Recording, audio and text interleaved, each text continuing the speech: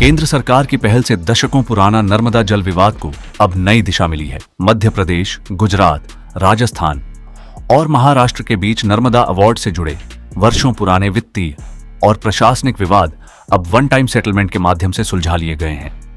पहली नजर में यह केवल लंबित भुगतानों का मामला लग सकता है, लेकिन वास्तव में यह भारत में जल प्रबंधन, सहकारी संघवाद और अंतर्राज्यीय सहयोग की एक महत्वपूर्ण सफलता है।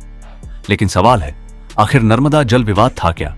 यह इतना लंबा क्यों चला और इसका समाधान पूरे देश के लिए क्यों महत्वपूर्ण माना जा रहा है? इसे समझने के लिए पहले नर्मदा को समझना जरूरी है। नर्मदा केवल एक नदी नहीं, बल्कि मध्य भारत की जीवन रेखा है। इसका उद्गम मध्य प्रदेश के अमरकंटक से होता है।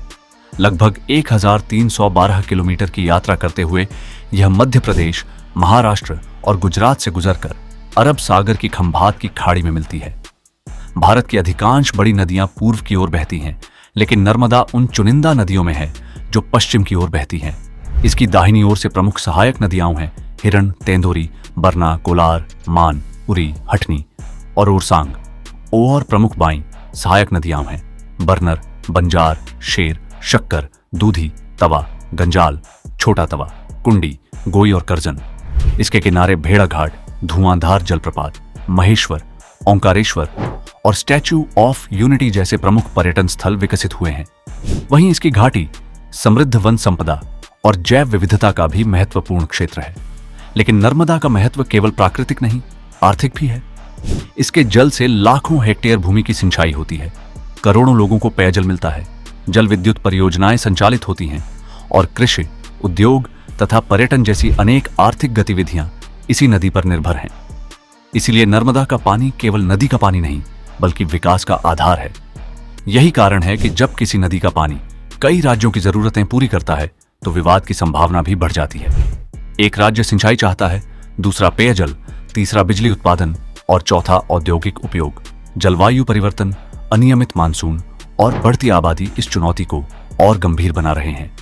हालांकि इस विवाद का प्रमुख कारण सरदार सरोवर बांध के निर्माण और उससे जुड़ी लागत तथा मुआवजे को लेकर था। बांध का निर्माण गुजरात ने कराया, लेकिन इसकी वजह से सबसे ज्यादा जमीन मध्य प्रदेश की डूब क्षेत्र में आई। इसमें खेती की जमीन, जंगल और कई गांव शामिल थे।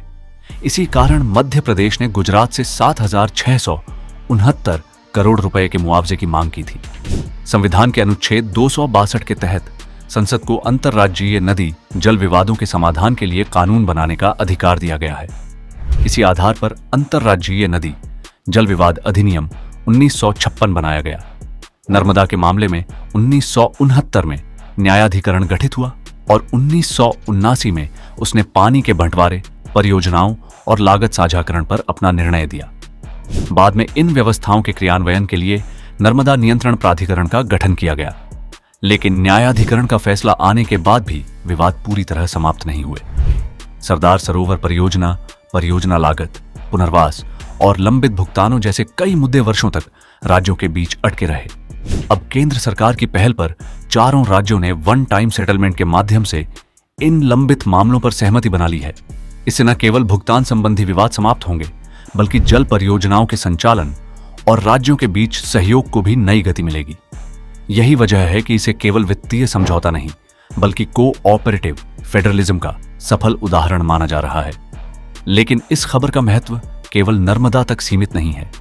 आज भी कावेरी, कृष्णा, महानदी, महादई, रावी ब्यास और वंशधारा जैसी कई नदियों को लेकर राज्यों के बीच समय समय पर विवाद सामने आते हैं। यदि इन मामलों में भी संवाद, वैज्ञानिक जल प्रबंधन और आपसी सहमति को प्राथमिकता दी जाए, तो भारत की जल सुरक्षा और संघीय व्यवस्था दोनों अधिक मजबूत हो सकती हैं। दरअसल 21वीं सदी में पानी केवल प्राकृतिक संसाधन नहीं, बल्कि रणनीतिक संसाधन बन चुका है। इसीलिए किसी भी नदी का भविष्य केवल अदालतों से नहीं, बल्कि विश्वास, सहयोग और साझा जिम्मेदारी से अधिक सुरक्षित होगा। क्योंकि नदियां सीमाएं नहीं बनाती, सीमाएं हम बनाते हैं।